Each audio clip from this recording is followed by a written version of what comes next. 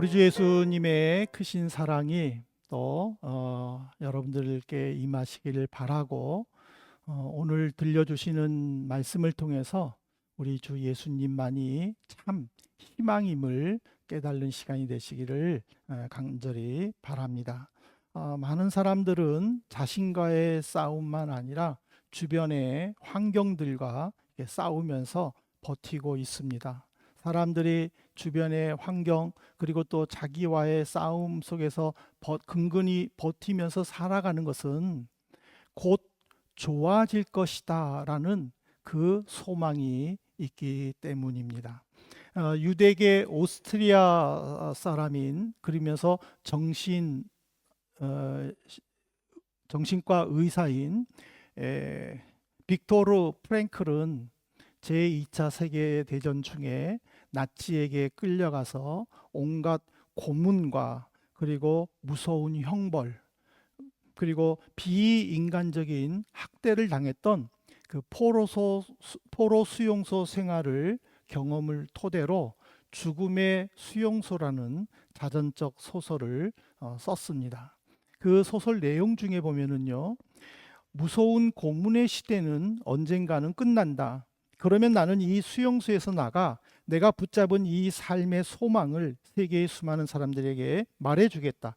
이 끔찍한 고문을 넘어서서, 이 절망적인 환경을 넘어서서, 그리고 악마와 같은 사람들을 넘어서서 저 건너편에 있는 희망을 사람들에게 보여주기 위해 나는 끝까지 고문을 견뎌내겠다라는 내용이 있습니다.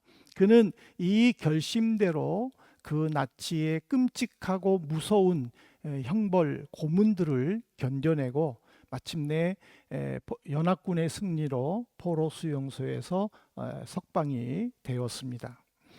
이태리 피렌체 출신인 시인인 단테가 신곡이라는 책을 썼습니다. 거기에 지옥편에 보면은 일체의 희망을 버려라가 지옥 입구에 걸렸다라고 설명을 했습니다. 단테가 지옥에는 아무 희망이 없고 희망을 품을 수도 없는 끔찍한 곳임을 강조한 것은 지옥을 빠져나갈 출입구가 없기 때문입니다. 근데 이 빠져나갈 출입구가 없는 이 끔찍한 곳에 베드로는 예수님께서 이곳을 방문했다라고 베드로전서 3장 19절에서 말하고 있습니다. 그가 또한 영으로 가서 옥에 있는 영들에게 선포하시니라.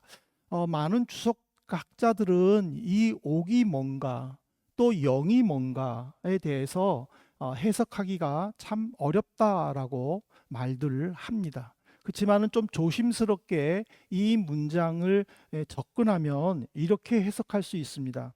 예수님은 육체로는 죽임을 당하셨으나 영으로는 지옥으로 내려가셔서 그들에게 복음의 능력인 십자가의 승리를 선포하셨다라고 해석할 수 있습니다. 그러니까 이 말은 뭐냐면, 예수님은 십자가에서 죽으셨지만은 육체적으로는 죽음을 당했지만은 영으로는 지옥에 내려가셔서 거기는 희망이 상실된 곳 아닙니까? 그 속에서 오직 예수님만, 나만 희망이다라는 것을 그들에게 설교하셨다라고 이렇게 말할 수가 있습니다.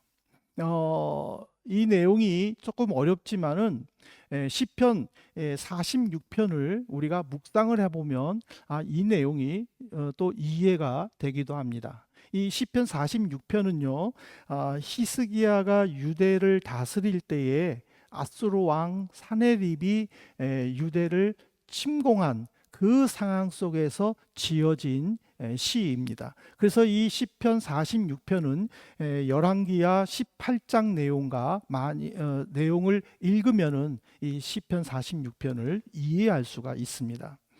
시인은 예루살렘이 아수르 군사들에게 포위를 당하는 그 위기에 처했지만은 반드시 하나님께서 예루살렘 성과 백성들을 보호해 주시고 원수들을 물리쳐 주실 것이다라는 믿음의 확신을 가졌습니다. 그 믿음의 확신에 대하여 46편 2절에서는 시인이 이렇게 고백합니다. 그러므로 땅이 변하든지 산이 흔들려 바다 가운데 빠지든지, 땅이 변하든지라는 말은 깨끗하게 정돈된 상태가 외부에 의해 어지럽혀진 상태, 어지러운 혼돈의 상태를 의미합니다. 산이 흔들려는 안정적이고 견고한 상태가 공포로 인하여 정신마저 혼미한 그 상태를 말합니다. 그러니까는 아수르 군사들의 포위로 말미암아 그 백성들은 정신이 혼미할 정도로 모든 것을 상실하고 낙심할 정도의 그런 상황에 처했다라는 거죠.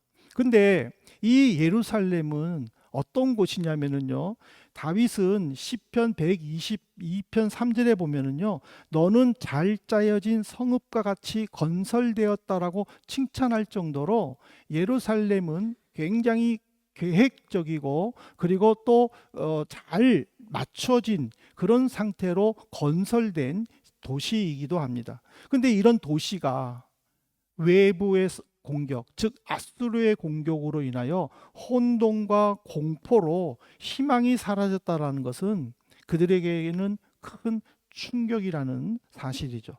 근데 시인은 이런 혼돈 속에서도요, 하나님의 손길을 믿었다라는 거예요.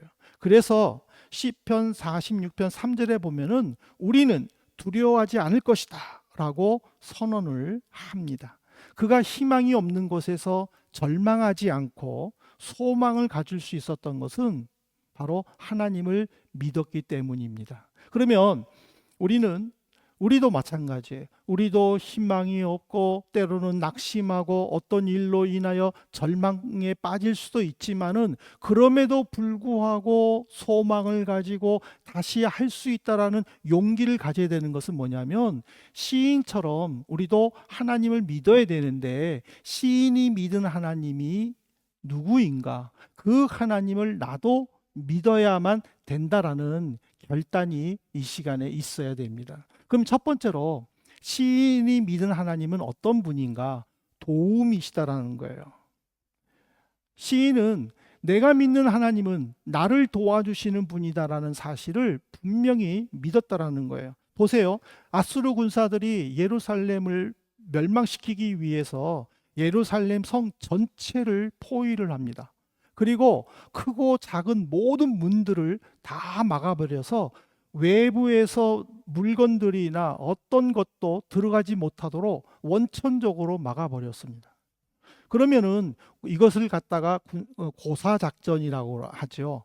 안에 있는 물건들이 다 떨어져서 스스로 항복하도록 만드는 그 고사작전에 아수르 군사들이 돌입을 했고, 그 모습을 본 예루살렘 백성들은 불안하기 시작한다는 거예요. 과연 우리가 며칠을 버틸 수 있을까?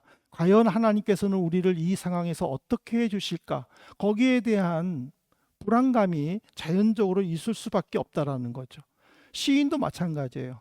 그런 불안감이 백성들처럼 똑같이 있었다라는 거예요. 그럼에도 불구하고 그가 하나님을 믿었기 때문에 46편 1절에서는요, 이렇게 고백을 합니다.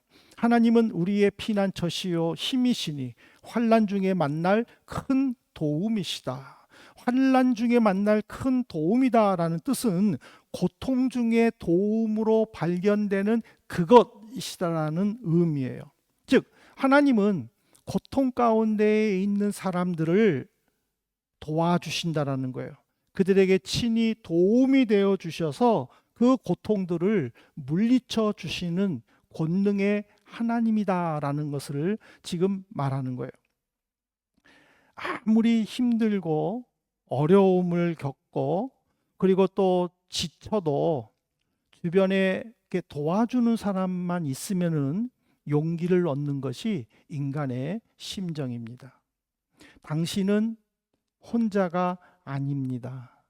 이거는 외롭고 지친 사람들에게는요, 큰 힘이 되는 말씀입니다. 여러분들께서 어느 상황에서든지 힘들고 어려울 때마다 또는 계획대로 되지 않는 것에 대하여 조급함이 있을 때마다 여러분들이 꼭 외우고 암송할 단어는요, 당신은 혼자가 아닙니다. 여러분들 꼭 암송하시기 바랍니다. 당신은 혼자가 아닙니다. 백성들이 이스라엘 백성들은 이제 어느 곳에 있든지 예루살렘 성전으로 올라가서 하나님께 예배를 드리고 또 하나님이 주실 그 은혜를 기대하는데, 이 시편에 보면은 백성들이 하나님께 예배하러 가면서 찬양하는 시라는 주제가 있습니다. 그 말은 뭐냐면 하나님께 예배 드리러 갈 때에 찬송하면서 올라간다라는 거죠. 그 찬송가 중에 시편 121편 2절에 보면은 이스라엘 백성들은 이렇게 노래합니다. 나의 도움은 천지를 지으신 여호와에게서로다. 천지를 지으신 여호와, 이거는 일반 신들과는 차원이 다르다라는 표현입니다. 하나님의 창조적인 능력, 그리고 그 위엄, 이거는 다른 어떤 신들은 모방할 수 없다라는 전지전능성을 나타냅니다. 그래서 누구든지 전지전능하신 하나님을 믿고 의지하면 그분의 도움을 받을 수 있다는 희망을 가지게 됩니다. 바로 46편의 시인은 이것을 깨달았기 때문에 내가 환난을 만나도 도움이 되시는 하나님을 의지한다라는 그런 고백을 한 것입니다. 어린아이들 있죠. 어린아이들은요, 많은 특징들이 있습니다. 근데 신앙적으로 가장 큰 특징이 뭐냐면 의존적입니다. 우리 다빈이도 있고 다혜리도 있는데 밖을 나서는 순간에 엄마 아빠의 손을 절대 놓치지 않습니다. 꼭 잡고 걸어갑니다. 왜 그러냐면 이 아이들은요, 내가 엄마 아빠의 손을 놓는 순간에 어려움을 당할 수도 있다라는 그 본능적인 두려움 때문이라는 거예요. 그래서 늘 엄마 아빠의 손을 잡고 걸어갑니다. 예수님께서 마태복음 18장 3절에 보면은 누구든지 어린아이와 같지 않으면 천국에 갈 수 없다라고 가르치는 것도 오직 하나님만 의지하기를 간절히 원하셨기 때문입니다. 하나님을 의지하는 자들은요, 희망을 잃지 않습니다. 소망을 더 굳게 붙잡을 수 있습니다. 그러나 하나님을 제대로 의지하지 못하는 사람들은 힘들고 어려울 때마다, 기도했는데도 계획대로 되지 않을 때마다 지치고 낙심하고 또 불안해하고 의심하는 것이 특징이기도 합니다. 지금 우리의 모습은 어떤가? 한번 이 말씀을 통해서 시인은 정말 하나님을 온전히 의지한다고 했는데, 그리고 그 도움을 주시는 하나님을 내가 믿는다고 했는데 나는 정말 믿고 있는지, 아무리 사소한 것이라도 그것을 다 예수님께 맡기고 예수님이 이것을 해주실 줄로 믿습니다라는 그런 고백으로 우리가 예수님께 나아가고 있는지 우리는 한번 살펴봐야 합니다. 다윗은 그런 자신에게 이렇게 고백을 합니다. 시편 37편 5절에 보면은요, 내 길을 여호와께 맡기라. 그를 의지하면 그가 이루시고. 여기서의 길이라는 것은요, 인생의 모든 여정만 아니라 그 여정에 미치는 계획 또는 행동과 그 행동에 대한 결과, 이 모든 것을 포함되어서 길이라는 거예요. 내가 어떤 계획을 세우고 그것에 대한 행동을 하는 것만이 아니라 여기에 따르는 모든 결과, 이 결과까지 다 길이라고 얘기한 거예요. 그러니까는 다윗은 이것은 내가 하나님께 맡겨도 돼. 근데 이것은 굳이 하나님께 맡길 필요가 있나? 라고 생각해가지고 구분한 것이 아니라는 거예요. 크든 작든 많든 적든 간에 모든 것을 하나님께 다 맡겼다라는 거예요. 혼란스럽고 때로는 위기의식을 느끼는 우리네 인생 아닙니까? 좋았다가 어떨 때는 좋았다가 어쩔 때는 나빴다가 또 어쩔 때는 일이 잘 됐는데 또 같은 케이스였는데도 불구하고 일이 잘 안 될 때도 이런 혼란스러움에 동방되는 우리의 인생 속에서 우리는 믿음적으로나 육체적으로 정신적으로 흔들리지 않기 위해서는 하나님을 온전히 믿어야 된다는 거예요. 온전히 믿을 뿐만 아니라 그 모든 것들을 맡게 된다는 거예요. 왜냐하면 주님은 나보다도 나를 더 잘 아시기 때문이라는 거예요. 우리는 찬양을 부르잖아요. 나보다도 나를 더 잘 아시는 주님이라고 찬양 부르지 않습니까? 근데 그 찬양대로 나보다도 나를 더 잘 아시는 주님께 모든 것을 맡겼느냐라는 사실입니다.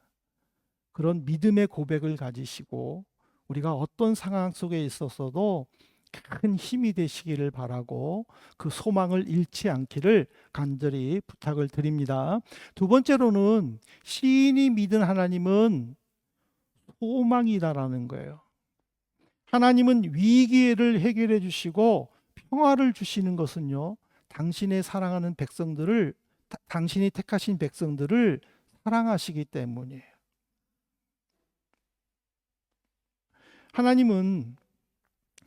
하나님께서 택하신 백성이 고통 중에 거하는 것 결코 기뻐하지 않습니다.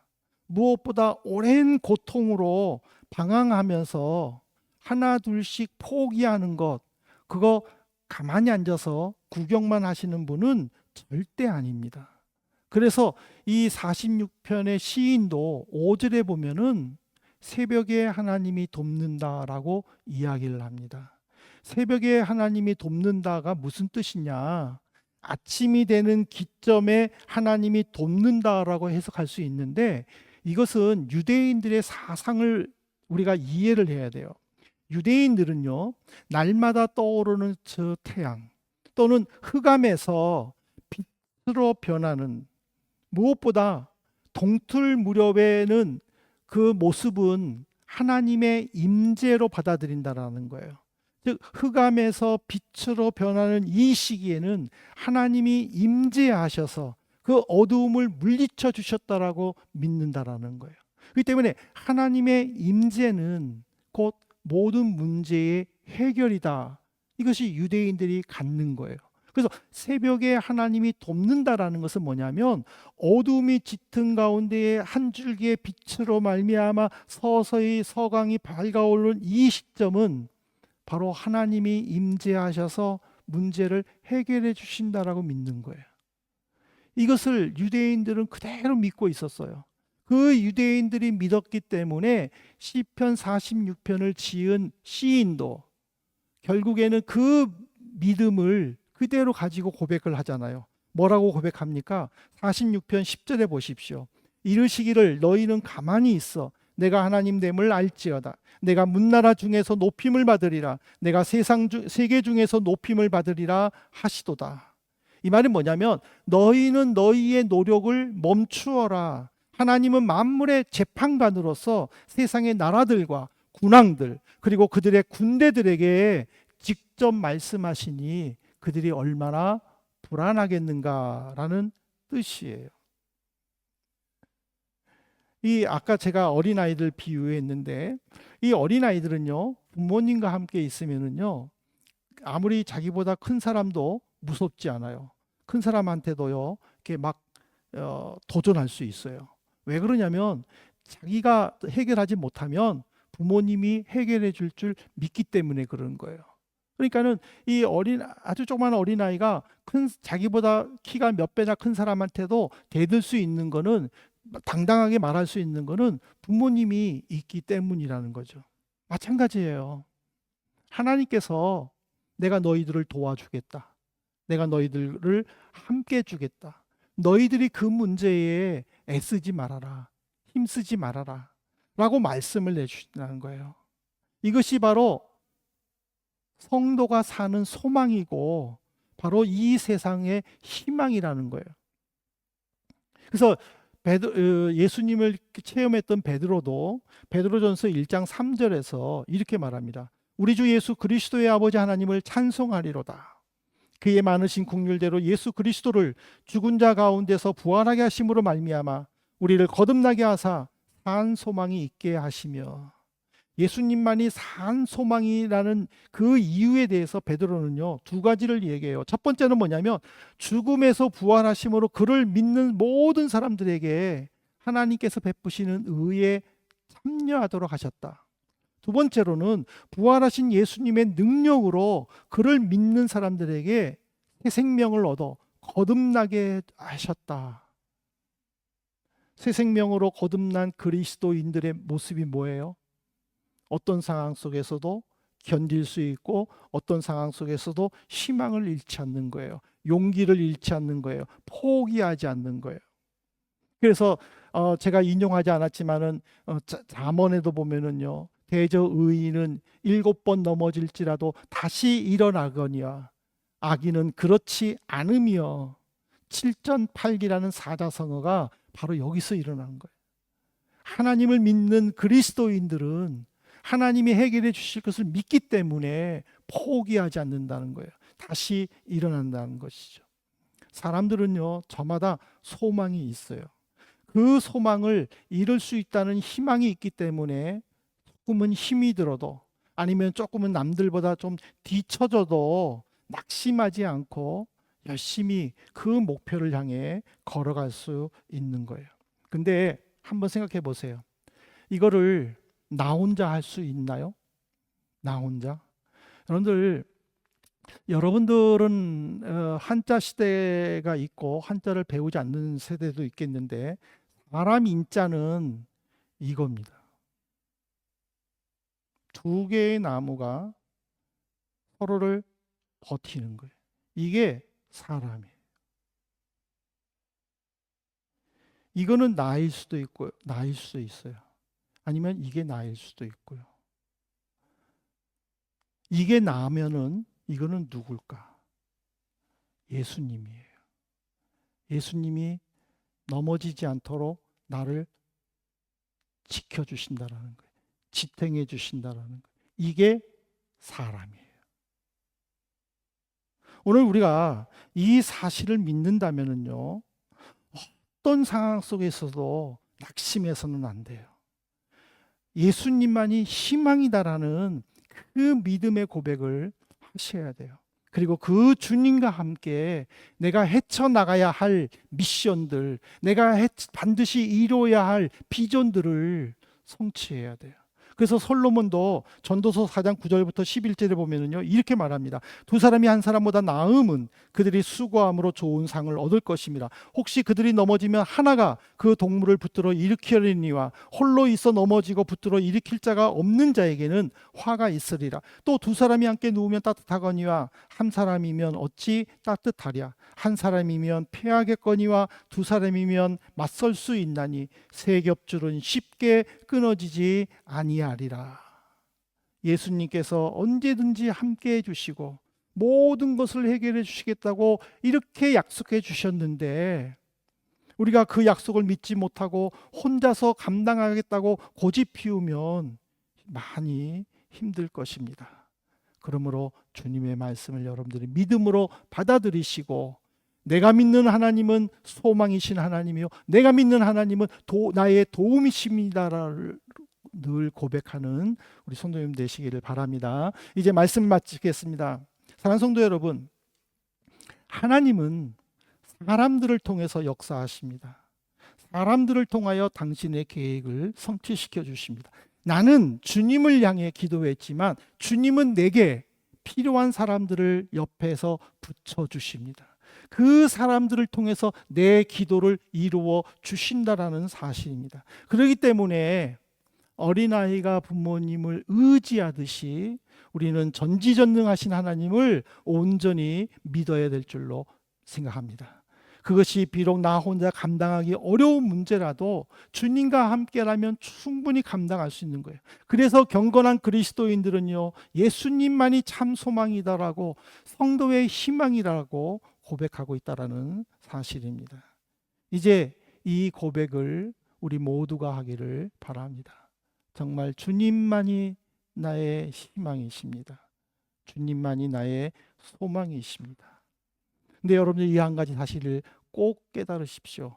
하나님은 결코 재촉하지 않습니다. 어서 빨리 고백하라고 재촉하지 않으십니다. 자원하여 하나님께 나올 때까지 하나님은 인내를 가지고 기다려 주십니다. 그 주님 앞에 우리가 믿음의 방종한 삶이 아니라 정말 믿음의 자유로운 삶을 통하여 주님이 원하시는 때에 주님의 시간에 우리가 주님께 나가서 예수님은 나의 소망입니다. 그렇게 고백하는 성도님들 되시기를 바랍니다. 41년 동안 교회를 지켜주신 하나님께 우리가 감사하고 앞으로 교회를 하나님께서 이끌어 주심을 믿고 그 소망 되신 하나님께 우리가 한민교회를 올려드리면 좋겠습니다. 뿐만 아니라 우리의 가정, 또 내가 행하고자 하는 모든 일들, 그 모든 일들도 다 주님께 올려드리고 주님만이 나의 문제를 해결해 주실 유일한 분이십니다. 내가 그 주님을 믿습니다 라고 믿음의 고백을 통하여서 여러분들이 속한 가정과 사회 공동체와 행하는 모든 일들이에 기름 부어 주시는 그 주님의 은혜를 마음껏 누리시기를 주님의 이름으로 부탁드립니다. 아멘.